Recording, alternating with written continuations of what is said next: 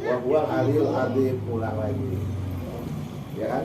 Allahu la ilaha illa huwal hayyul qayyum. Akhirnya wa huwal aliyul azim. Sampai amanah Rasul. Nah, itu sebelum sampai ke tahap selanjutnya. Akan tetapi itu kalau untuk perempuan kurang baik. Kenapa kurang baik? Ujung-ujungnya emosi akan tidak terkontrol. Ini juga heng. Nah, ini ngerasain dah. Ujung-ujungnya heng.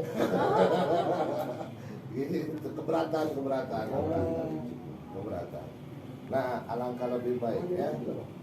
Tadi saya bilang kalau ratib itu tersusun, nasabnya sudah jelas, dia adalah cucunya Rasulullah. Nah, kalau itu ratibul hadat nanti fotokopi Mas Yono, fotokopi. Nasab silsilahnya kepada Sayyidina Hasan bin Husain. Kalau hijau membahaya deh. Ratib makanya aku kemarin juga di situ. Dikira itu enggak, katanya bagus ini. Kan pertama ke sana ya bersih gitu, dikirain oh ya udahlah sok aja nyobain.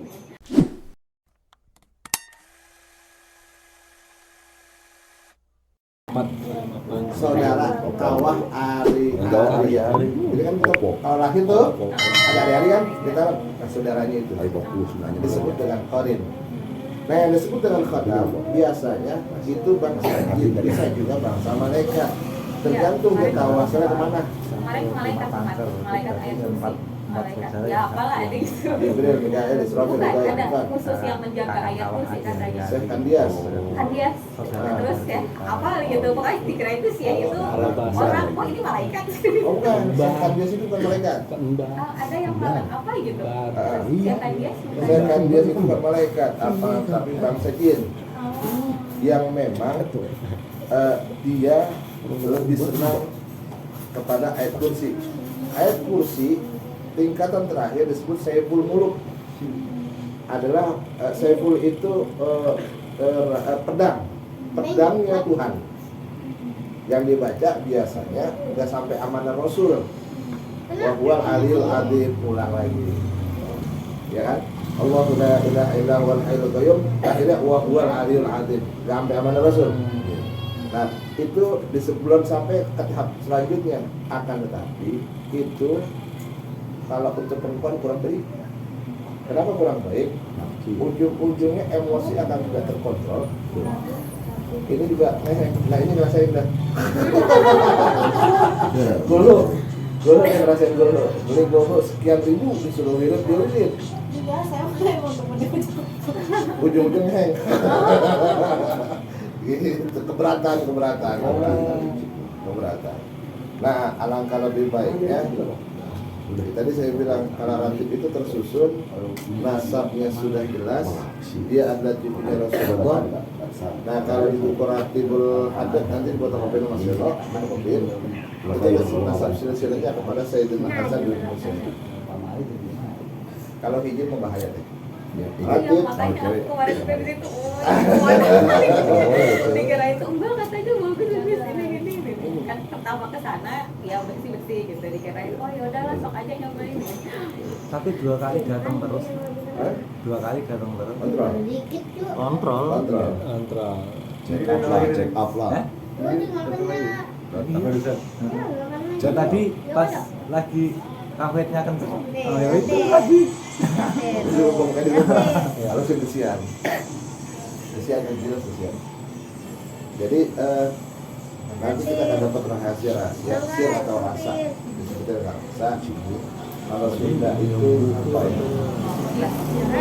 Emang lagi belajar Yang tadi pas lagi tahu gitu itu yang datang kan yang itu akhirnya itu yang paling kita yang mana sih kalau itu jadinya kayak diem gitu, hatinya tuh diem aja kalau buat kenal Allah gitu, diemnya ya udah deh iya kok maksudnya tapi masih agak enak gitu, jadi nggak kan kalau itu kan jadi mikir kan terlalu, jadi otaknya nggak mikir gitu. bukan nggak mikir tapi ya lagi belajar lah gitu. Wajar itu mau wajar semua begitu. Kalau 300 ada emang kadang-kadang saya baca 100, yang lanjutnya ada 100 belum terjamah. Kenapa harus 100?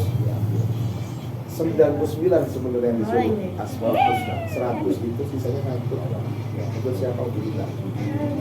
99 untuk 40 rumah ke depan, ke kiri, ke depan, ke belakang. Jadi kita tengah deh. Nah, ke depan ke dapat, ke sini dapat berkahnya, sini dapat berkahnya, sini dapat berkahnya. Ukurannya 40 rumah dari tempat kita belajar. Nah, sisanya 1 buat diri kita. Gimana cara menenangin hati biar goyang? Baca Fatihah buat diri kita. Dikhususkan kepada diri saya, jiwa saya, dan keberkahan daripada Rasulullah Al-Fatihah. Baca Fatihah buat diri kita, biar hati kita tenang. Kadang-kadang kita udah bulan ya, jelas. Galau lah kalau bahasa orang lain kan.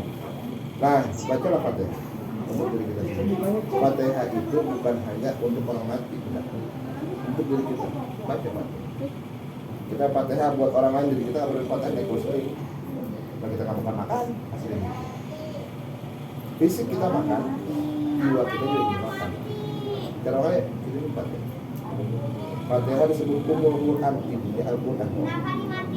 Setelah Fatihah ini, rahasia di dalam Fatihah tersimpan, dirangkum 30 juz dirangkum dalam surat Al-Fatihah.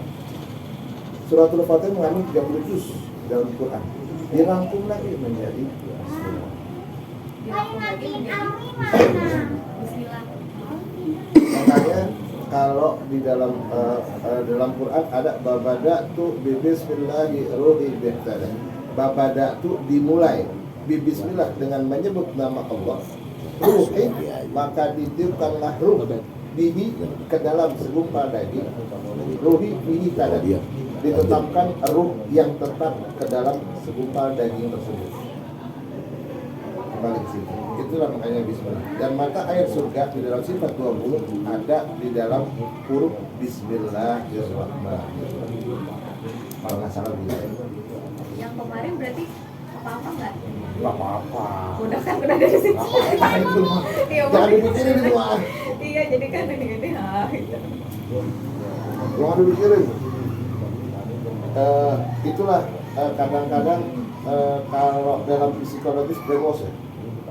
Otak kita dicuci dengan hal-hal seperti itu, dan akhirnya ketika orang berkata berarti gue salah gitu kan, hasilnya akhirnya ngapain pikiran kita sendiri yang harusnya kita berfokus pada satu titik lain, masih di situ aja, jalan di tempat. Nah, rubahlah itu. Udah, kalau udah biarin aja. Sekarang lagi baca ratib aja.